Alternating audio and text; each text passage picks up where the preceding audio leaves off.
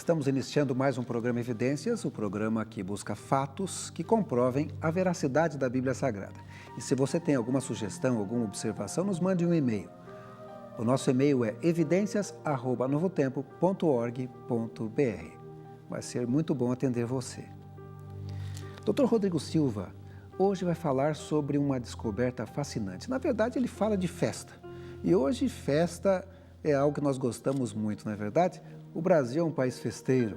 Essa festa, no entanto, descrita aqui no livro de Daniel, capítulo 5, tem um efeito desastroso. Porque, na verdade, foi durante essa festa que Ciro invadiu Babilônia. Mas será que a arqueologia traz algum fato que comprove essa tomada de Babilônia pelo rei Ciro? Sim. Nós vamos ver um pouquinho a respeito do cilindro cuneiforme de Ciro encontrado em 1879 nas ruínas de Babilônia. Mas um fato mais marcante é que havia uma profecia na Bíblia, no livro de Isaías, já dizendo que isso ocorreria 100 anos antes de acontecer. A Bíblia é algo fantástico.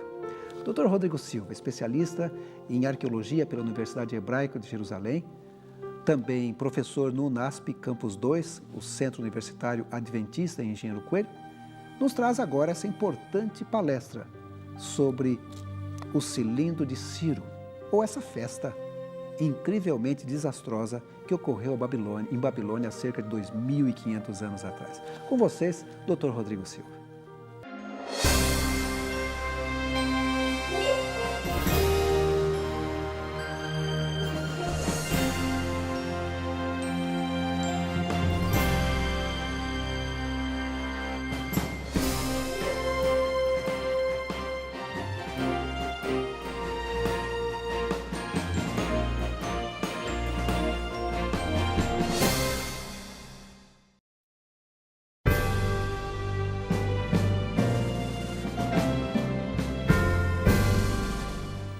As festas geralmente são um momento de grande alegria e descontração. Não é por menos que elas fazem parte da cultura universal e podem ser encontradas em todos os povos do mundo. Aliás, seria impossível à natureza humana a sobrevivência sem momentos comemorativos que envolvam alegria e descontração. Talvez, ao contrário do que dizem muitos evolucionistas, nós não sejamos meramente homo sapiens, mas sim homo festivos. O próprio Deus é apresentado na Bíblia como um ser que, apesar de supremo, tem prazer em festas e comemorações, principalmente quando estas festas envolvem a celebração de um pecador que se arrepende. Jesus, certa vez, chegou a dizer que há mais alegria diante dos anjos de Deus por um pecador que se arrepende do que por 99 justos que não necessitam de arrependimento. Isso está em Lucas, capítulo 15, verso 10. Aliás, é curioso que o próprio Jesus Cristo tenha escolhido uma festa de casamento para realizar o seu primeiro milagre, que foi a multiplicação do vinho em Caná da Galileia. Um episódio muito interessante que você poderá encontrar no Evangelho de João. Há, no entanto, um estranho provérbio nos escritos de Salomão. Ele diz o seguinte: é melhor ir a uma casa onde há luto do que ir a uma casa onde há festa, pois onde há luto, lembramos que um dia também vamos morrer, e os vivos nunca devem se esquecer disto. Eclesiastes 7, verso 2. Se você achou o autor bíblico um tanto pessimista, saiba, para seu espanto, que ele está certo naquilo que escreveu. Há algumas festas que só servem para alegrar o corpo de uma maneira alienante, enquanto outras, muito melhores, alegram tanto o corpo quanto o espírito. No primeiro tipo de festa, a pessoa ri, bebe, faz coisas que normalmente não faria e depois enfrenta as consequências que vão desde uma horrível ressaca a um imenso vazio existencial que, acredite ou não, é sentido por muita gente que diz estar curtindo a vida. Quer uma simples prova de que isso é verdadeiro? Recentemente, um dos jornais de maior circulação no estado de São Paulo publicou uma matéria com o seguinte título: Pesquisa mostra aumento de crimes sexuais no Carnaval. Segundo o bem documentado estudo do Instituto Médico Legal de Campinas, um dos mais conceituados do país, a polícia registra, em média, uma ocorrência de 15 casos de estupro por mês. No Carnaval, porém, este número sobe para 35. Esta pesquisa foi registrada com base em dados coletados desde 1977 e a cada ano os números são ainda maiores. O mais interessante, segundo a análise feita por um dos legistas da Unicamp, é que isto não acontece no Natal, data em que, apesar do materialismo reinante, as pessoas ainda ficam mais em casa, num clima mais familiar e deixam fluir um pouco da bondade que ainda resta dentro de si mesmas. Viu a diferença? Uma festa que alegra o corpo e o espírito deve ser uma comemoração em que Deus é convidado a participar. Aí sim, você tem alegria real e não um sorriso forçado que só serve para esconder uma profunda tristeza. É alegria de fato e não entretenimento barato ou de aparência. Pessoas que não valorizam esse tipo de diferença na verdade não vivem, elas apenas existem. São pessoas que vão gastando os dias da vida até que tudo esteja terminado num sepulcro ou numa morte sem esperança de vida eterna. Há mais ou menos 2.600 anos, houve um rei que resolveu promover uma festa de imoralidade ou de moralidade duvidosa na corte de Babilônia. Seu nome era Belsazar, que em aramaico significa algo como aquele a quem Bel protege. Bel era a principal divindade do panteão babilônico, também conhecida como Marduk. Várias estátuas, selos e relevos desse deus já foram encontradas nas ruínas de Babilônia. Belsazar, portanto, achava-se seguro com esse ídolo que o protegia. Aliás, Marduk era uma figura divina tão curiosa que compensa gastarmos algum tempo descrevendo a sua história, ou melhor, a sua mitologia. Originalmente, Marduk é um deus solar que tem o cognome de Bel, que significa Senhor. Ele era uma espécie de mediador entre o seu pai, o deus Ea, e a humanidade. Nos anais babilônicos, Ea declara que não sabe nada que seu filho Marduk também não saiba. Além disso, Marduk é apresentado como um herói celestial, um querumbim com asas, que luta contra o dragão Tiamat e o expulsa do céu. Marduk também é chamado de o Deus misericordioso, que se compraz em ressuscitar os mortos, o dono das orelhas grandes, que escuta as súplicas dos homens. É um auxiliar e terapeuta, um verdadeiro salvador. Esta soteriologia, ou doutrina da salvação, se conservou em solo babilônico até bem depois do aparecimento do cristianismo e sobreviveu até hoje na religião dos mandeanos e maniqueus, onde Marduk figura na qualidade de um querumbim portador de luz e também na função de criador do mundo. As semelhanças com a cosmogonia judaico-cristã são muito claras para serem ignoradas. A diferença crucial está em que, na ótica do cristianismo, o portador de luz, cognominado Lúcifer, não é um querumbim herói, mas o próprio dragão a ser expulso pela ação salvadora de Cristo, o legítimo e único Filho de Deus e Salvador do mundo. Mas antes de pensarmos que esta mitologia tenha sido a lenda original que inspirou o cristianismo e a Bíblia, devemos trabalhar com a razoável hipótese de que ambas as versões não se interdependem, mas se originavam numa mesma tradição adâmica que antecede ambos os movimentos. A versão cristã, nesse caso, seria a continuidade da tradição adâmica, ao passo que a concepção babilônica seria uma distorção da mesma que ainda se conserva em alguns elementos originais. Afinal, ninguém falsifica uma nota de R$3, pois essa não existe. Só se falsifica algo real, que pode ser autenticado. E, a despeito das semelhanças, percebe-se falhas no modelo falso que pode ser descoberto, desmascarado, a partir do bem conhecimento do verdadeiro, do legítimo. Voltando a falar de Belsazar, o rei devoto de Marduk e sua trágica festa, temos um relato escrito pelo profeta Daniel, que esteve pessoalmente no palácio no dia do acontecimento e nos fornece uma descrição exata de como processou o festim. Assim diz na Bíblia: o rei Belsazar deu um grande banquete a 1000 dos seus grandes e bebeu vinho na presença dos 1000. Daniel 5, verso 1. Ele estava, de fato, muito contente com o imenso poder que possuía, embora não fosse o rei de fato, pois o seu pai estava ainda no poder. Então mandou trazer dançarinas, músicos e comida de toda a parte. Nesta ocasião, seria uma ofensa não participar da comemoração real, caso fosse convidado. Nem mesmo o luto ou a doença poderiam servir como desculpa para não aceitar um convite daquele escalão. Quem não participasse e se alegrasse com o rei poderia ser morto. Porém, alheio a toda esta ameaça, Daniel, o profeta de Deus, não compareceu à agitação. Ele sabia que aquele não seria um ambiente bom para ele e não faria bem à sua alma. Não havia nada ali que pudesse condizer com suas convicções religiosas e ele não iria ceder apenas para ser politicamente correto ou preservar sua vida. Para Daniel, a fidelidade ao seu Deus e sua fé vinham em primeiro lugar. Enquanto isso, o rei continuava a sua orgia. Práticas licenciosas geralmente faziam parte dessas comemorações palacianas que contratavam muitas prostitutas. Para participar ativamente da comilança, era comum as pessoas comerem exageradamente e depois provocar vômitos, esvaziando assim o estômago. Eles queriam comer e beber novamente.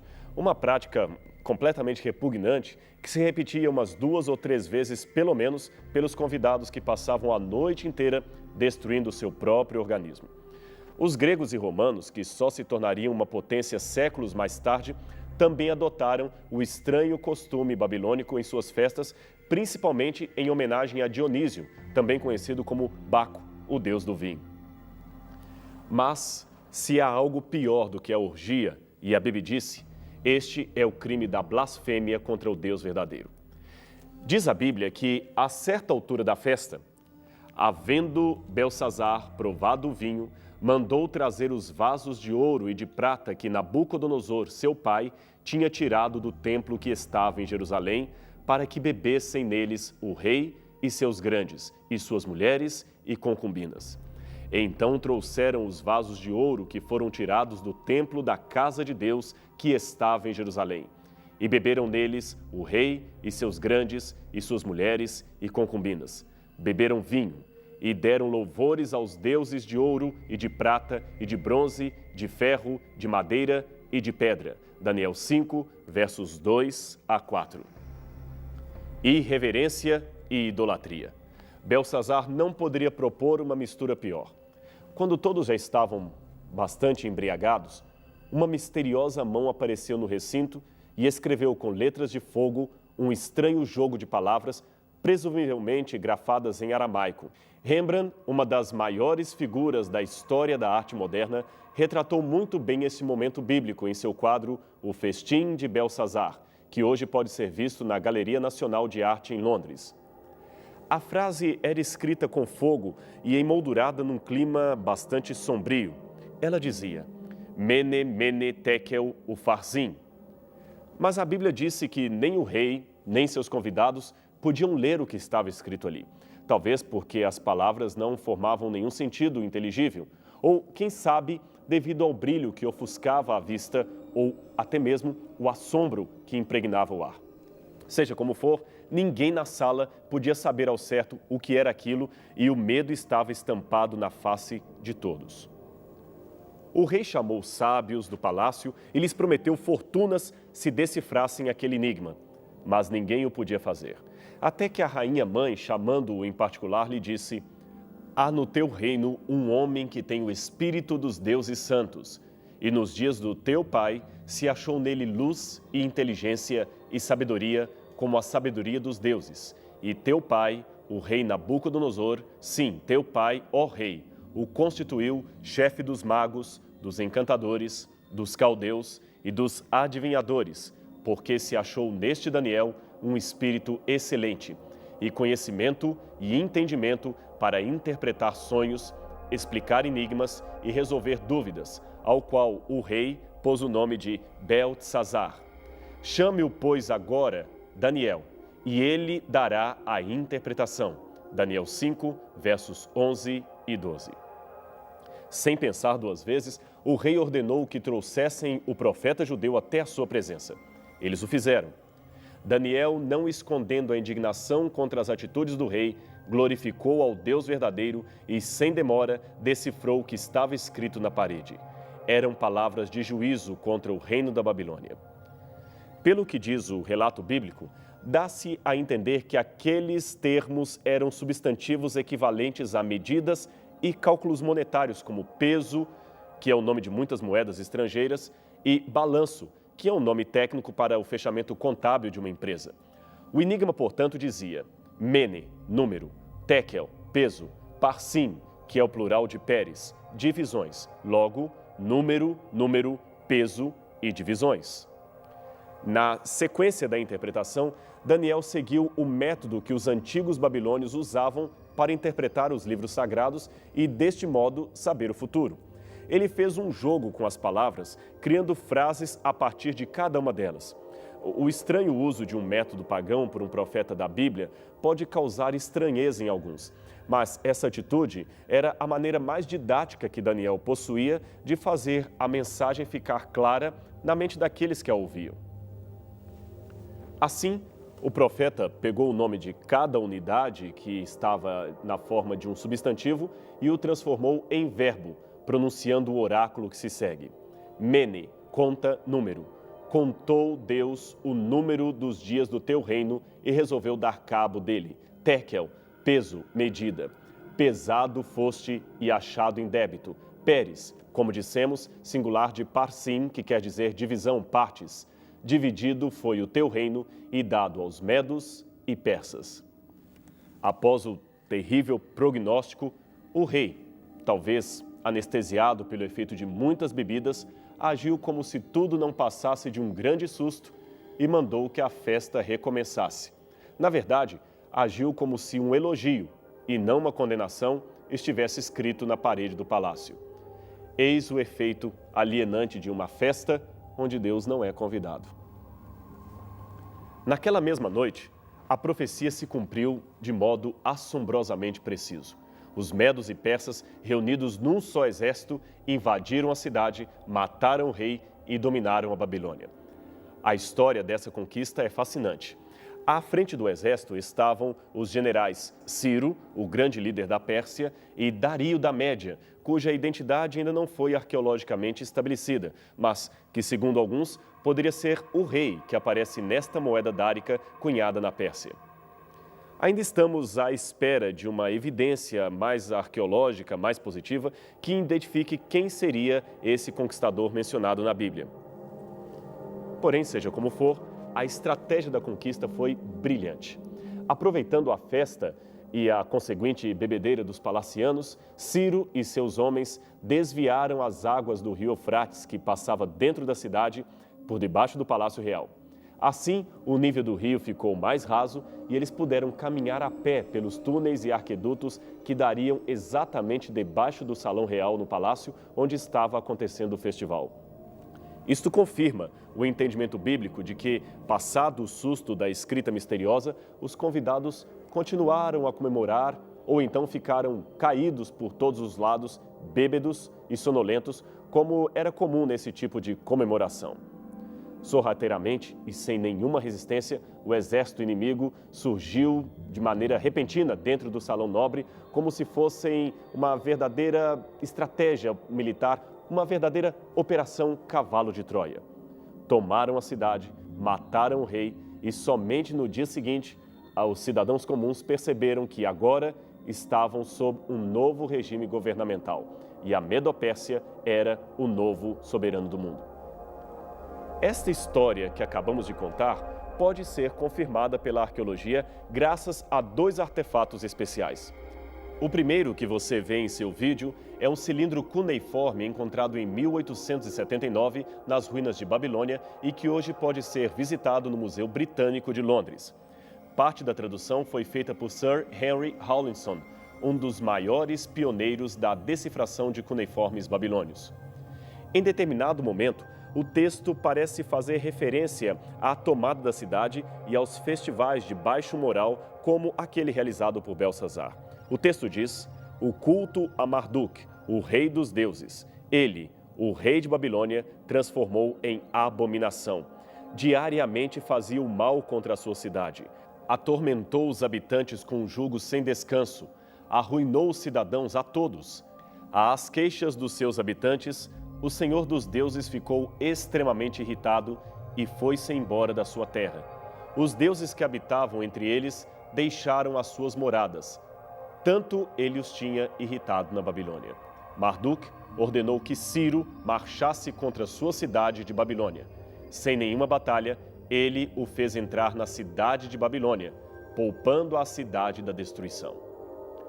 Outro texto cuneiforme também foi encontrado e publicado em 1882 pelo assiriologista T.G. Pinches.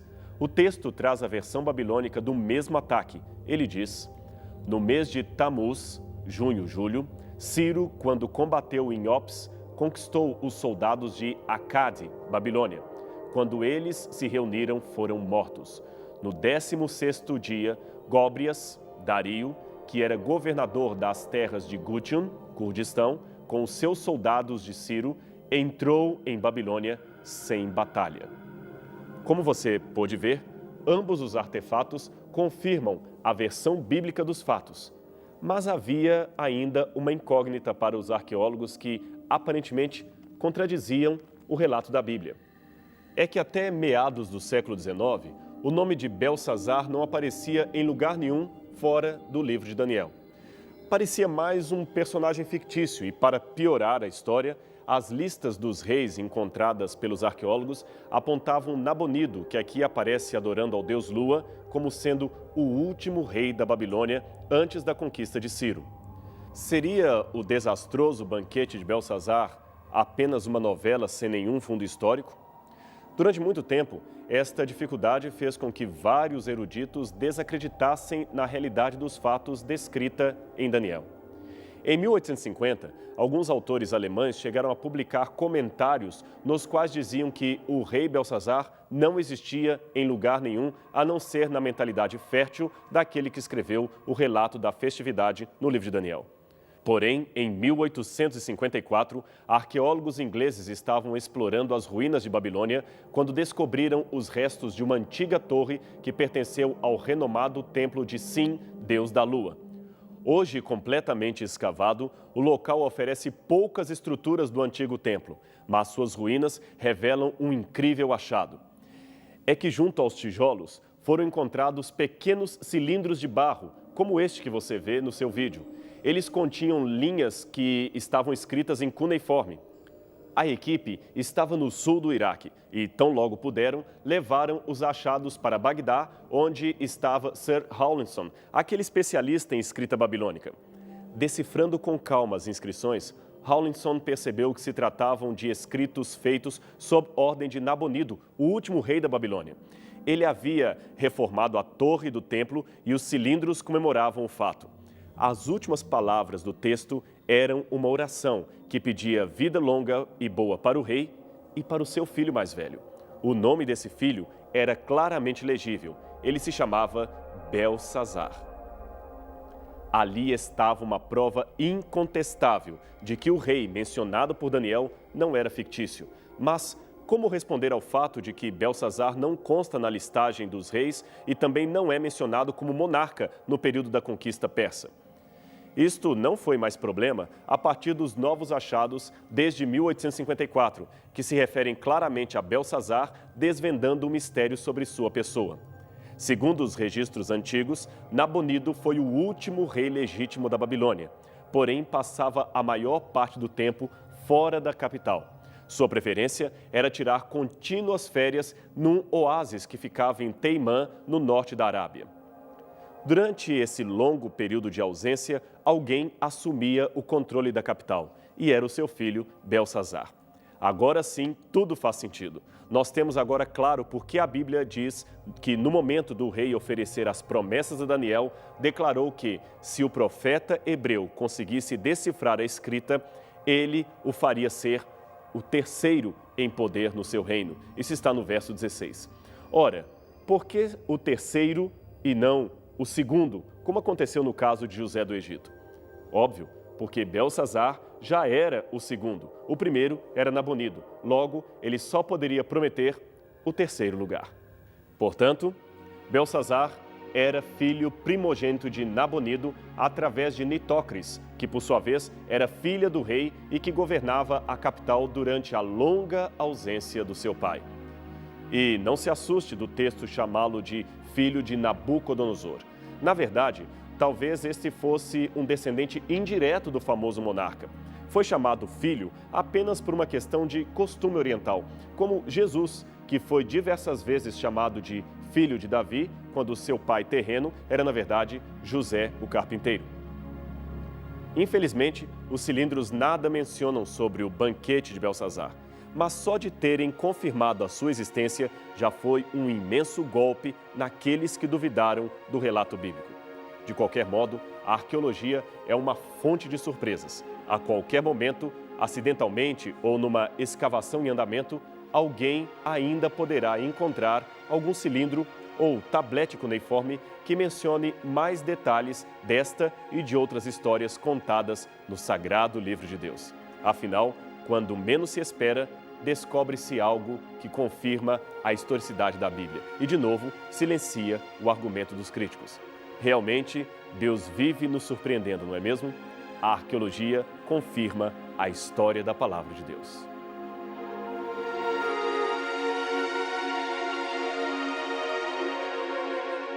É impressionante como, de tempos em tempos, a arqueologia descobre algo que comprove a veracidade da Bíblia Sagrada. De fato, se você visita um sítio arqueológico em determinado ano e volta a esse mesmo sítio depois de alguns anos, vai descobrir que muitas e muitas coisas, muitas outras evidências foram encontradas naquele lugar. Na verdade, com essas descobertas, nós passamos a entender melhor a Bíblia Sagrada. Especialmente como vimos hoje com o cilindro de Ciro, mencionando um nome que na verdade a Bíblia já trazia no livro de Isaías, em uma profecia contando o que aconteceria 100 anos à frente, no caso do livro de Daniel, capítulo 5. São fatos que comprovam a veracidade da Bíblia Sagrada. Nosso programa chegou ao final, mas nos mande um e-mail, evidências@novotempo.org.br. Na próxima semana a gente volta com mais um programa, o programa Evidências. Você já sabe, comprovando a existência de fatos que comprovam a veracidade da Bíblia Sagrada. Até lá.